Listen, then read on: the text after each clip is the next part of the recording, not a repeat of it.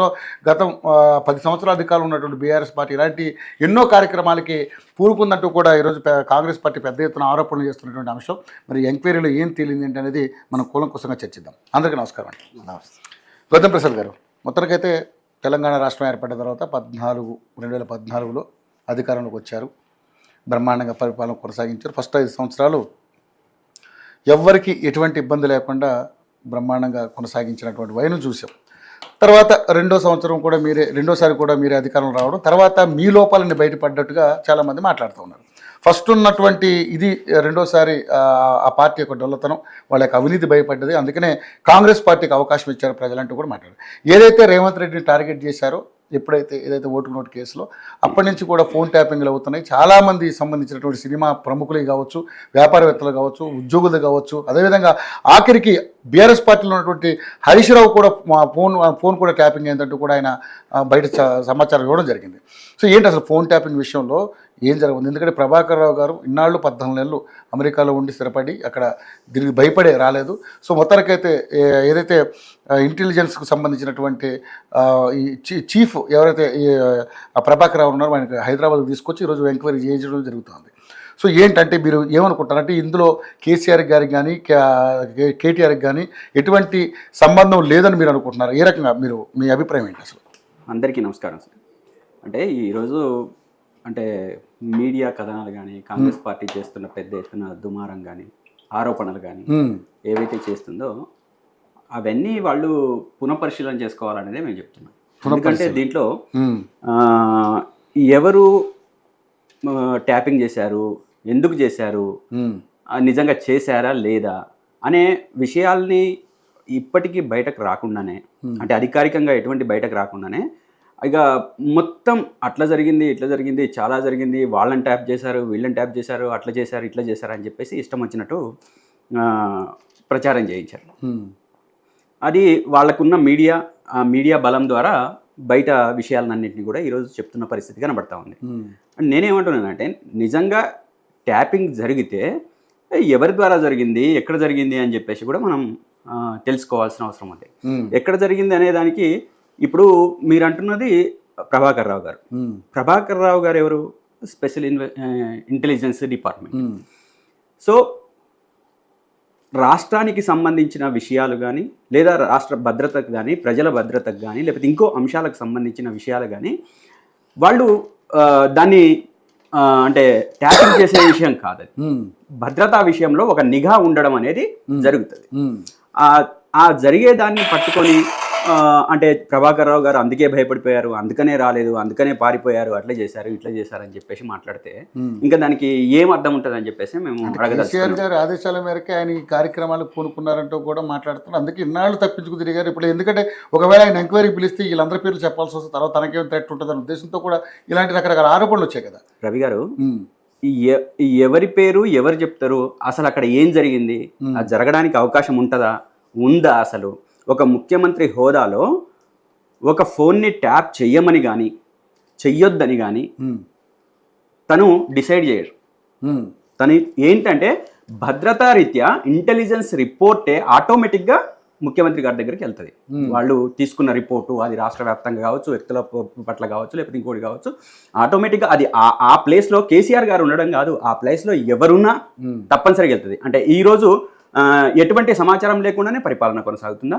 రాష్ట్రాలకు సంబంధించింది కానీ, వ్యక్తులకు సంబంధించింది కానీ ఈరోజు కాంగ్రెస్ పార్టీ తప్పనిసరిగా ఆయా జిల్లాల నుంచి కావచ్చు, వ్యక్తుల నుంచి కావచ్చు, ఇంకో రకంగా కావచ్చు, తప్పనిసరిగా సమాచారం ఉంటూనే పరిపాలన కొనసాగుతుంది. ఎక్కడ మనకు వ్యతిరేకత ఉందా, ఎక్కడ మనకు ఇది ఉందా అంటే ఇవన్నీ కొంత అఫీషియల్, అంటే మనం దాన్ని నిఘా రూపంలో ప్రభుత్వానికి వచ్చే ఇబ్బందుల రూపంలో చూస్తారు తప్పితే దాన్ని ఒక ట్యాపింగ్గా చూసి, ఆ ట్యాపింగ్ ఒక నేరంగా చూసి ఆ దాన్ని ఇరికించాలని చెప్పేసి చూస్తే నేను ఇందాకనే చెప్పాను మీకు, కాంగ్రెస్ పార్టీ వాళ్ళు చేసే ప్రయత్నం అంతా కూడా అంటున్నారు. కానీ వ్యక్తిగత సమాచారాలు కూడా బయట పెట్టడం ఏంటంటే నాకు అర్థం కాదు. ఏం వ్యక్తిగత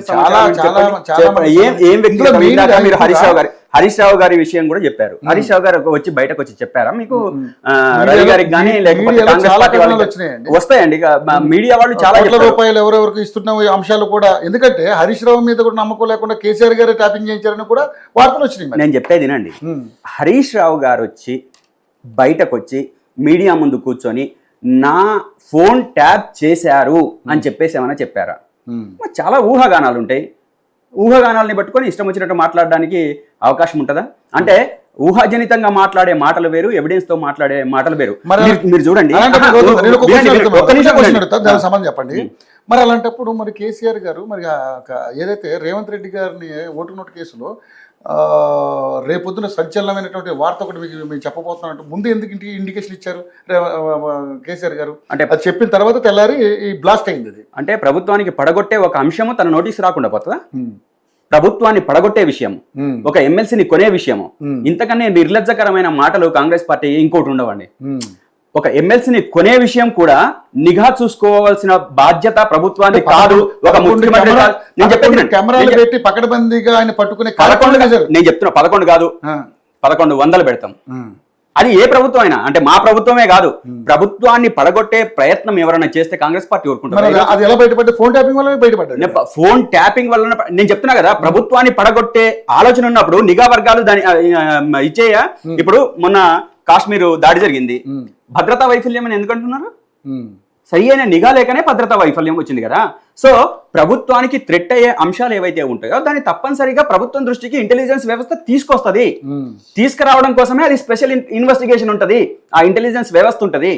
కాబట్టి తను చేసిన పని ఉంది కాబట్టి దాన్ని రెడ్ హ్యాండెడ్ గా పట్టుకున్నాము. పట్టుకున్న దాన్ని భద్రత కోసమో లేకపోతే టెర్రరిజం నుంచి కాపాడుకోవడం కోసం చేయాల్సిన కార్యక్రమాల్ని పార్టీ పరంగానూ పర్సనల్ గానీ ఇలా వాడుకోవడం ఎంతవరకు చాలా మంది రవి గారు మీరేమంటున్నారు అని అంటే, ఇప్పుడు రేవంత్ రెడ్డి గారి ఎపిసోడ్ తీసుకుంటే రేవంత్ రెడ్డి గారు ప్రభుత్వాన్ని పడగొట్టడం కోసం చేసే ప్రయత్నం కాబట్టి వాళ్ళకి ఇక్కడ సంఖ్యాబలం ఆనాడు లేకపోయినా గానీ కొని డబ్బులు ఇచ్చి, మనం అందరం చూసిందే కదా, సూట్ కేసులు మార్పిడి చేసుకున్నది ఇచ్చింది మనమంతా కళ్ళారా చూసిందే కదా. అదే నేను చేయలేదని మాట్లాడుతున్నారు.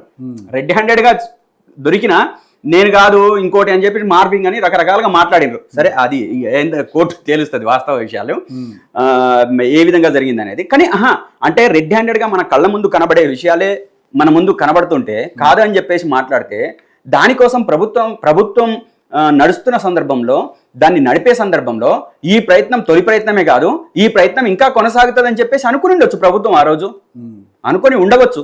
అంటే నేను ఖచ్చితమని చెప్పలేను.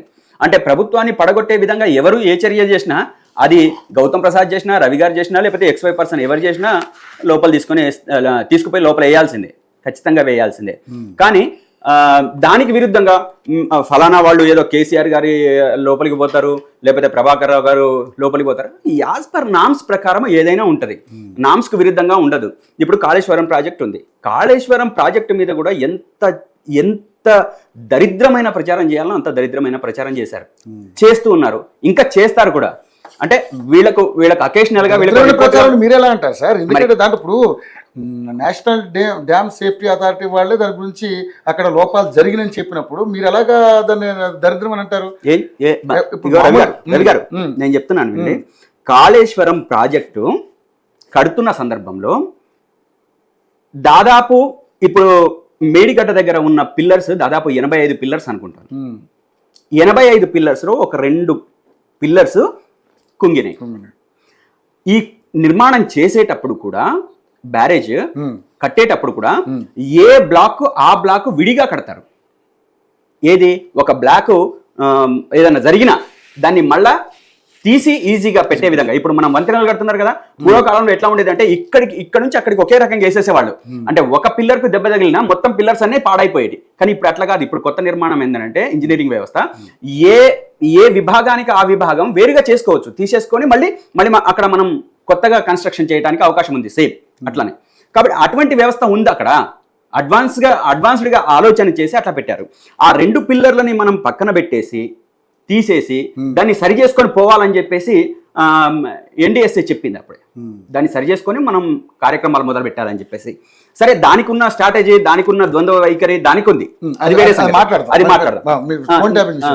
అదే ఫోన్ ట్యాపింగ్ విషయం ఏంటంటే నేను చెప్తున్న దాని ప్రకారము అటువంటిది అక్కడ ఏమీ జరగలేదు. ఎటువంటి ట్యాపింగ్లు కానీ జరగడానికి అవకాశం లేదు. ప్రభుత్వానికి సంబంధించిన సమస్యలు తెచ్చిపట్టే విధంగా ఎవరైనా వ్యవహరిస్తే వాళ్ళ మీద నిఘా ఉంటుంది. అది వాస్తవము, అది కరెక్టే. కాబట్టి దాన్ని మనం తప్పుపట్టాల్సిన అవసరం లేదు, దానికోసం భయపడి పారిపోయాల్సిన అవసరం ఎవరికీ లేదు. ఈ రోజు ఆయన తప్పించుకుపోయాడు ఇన్ని రోజులు అక్కడ ఉన్నాడు అని అంటే ఆయన అవసరాల కోసం ఆయన పోయిండు. ఎవరు తప్పించడానికి పోతారు? అంటే పాస్పోర్ట్ రద్దు చేసుకుని కోర్టు ద్వారా సమన్లు తెచ్చుకునేంత దాకా తెచ్చుకున్నాడా? మరి కాదు, ఎందుకు రావచ్చు కదా, అంటే అంత భయపడాల్సిన అవసరం లేదు కదా. ఏం భయపడ్డారండి రవి గారు? ఎందుకు భయపడతారు? Right. ఏముంది దాంట్లో భయపడడానికి? ఏమన్నా ఎవరైనా ఆస్తిపాస్తులు వెనకేసుకున్నారా? వాళ్ళ గెట్టు పంచాయతా, మెట్టు పంచాయతా, లేకపోతే తీసుకుపోయి వాళ్ళ ఎకరాలకు ఎకరాలు వెనకేసుకున్నారా? కాదు కదా. అట్లా ఉండదు. ప్రభుత్వం అన్నాగా దానికి ఒక విధానం ఉంటది. ఆ విధానం ప్రకారం అసలు బెయిల్కి ఎందుకు అప్లై చేసింది? అరే నన్ను అరెస్ట్ చేసుకోమంటారండి? అది కాదు, చట్టపరంగా ఒక హక్కు ఉంది. అవును రవి గారు, అతని మీద ఎంతో కొంత అతని మీద ఒక కేసులో ఇతను నిందితుడు అని తెలిసిన తర్వాత కంపల్సరీ అతని మీద ఎంక్వైరీ ఉంటుంది కదా, కంపల్సరీ తీసుకొచ్చి మాట్లాడతారు కదా. నిందితుడు అని తెలిసిన ముందస్తు బెయిల్కు ఎవరైనా అర్జీ పెట్టుకునే హైకోర్టు తిప్పి కొట్టింది, మరి సుప్రీంకోర్టును ఆశ్రయించాడు ఆయన. ఎందుకంటున్నా? అవును, మనకున్న హక్కుల్ని మనం కాపాడుకుంటాం. దాంట్లో తప్పేముంది? వెళ్తాం. రైట్ సతీష్ గారు, సో మొత్తానికైతే ఇందులో ఫోన్ ట్యాపింగ్ విషయంలో గత ప్రభుత్వం ఫోన్ ట్యాపింగ్ అనేది జరగలేదు. సో మేము అప్పుడు ప్రభుత్వాన్ని పడగొట్టే కార్యక్రమాలు చేస్తున్నారు కాబట్టి రేవంత్ రెడ్డి గారి మీద అటువంటి నిఘా కార్యక్రమాల ద్వారా మేము ఓటుకు నోటు కేసులో ఆయన పట్టుకున్నాం. 11 కాబట్టి 30 కెమెరాలు 1100 కెమెరాలు పెడతాం అంటున్నారు. సో నిజంగానే మరి ఫోన్ ట్యాపింగ్ విషయంలో ఈరోజు జరుగుతున్నదంతా మరి ఏంటి? మీరు అంటే కాంగ్రెస్ ప్రభుత్వం దీని మీద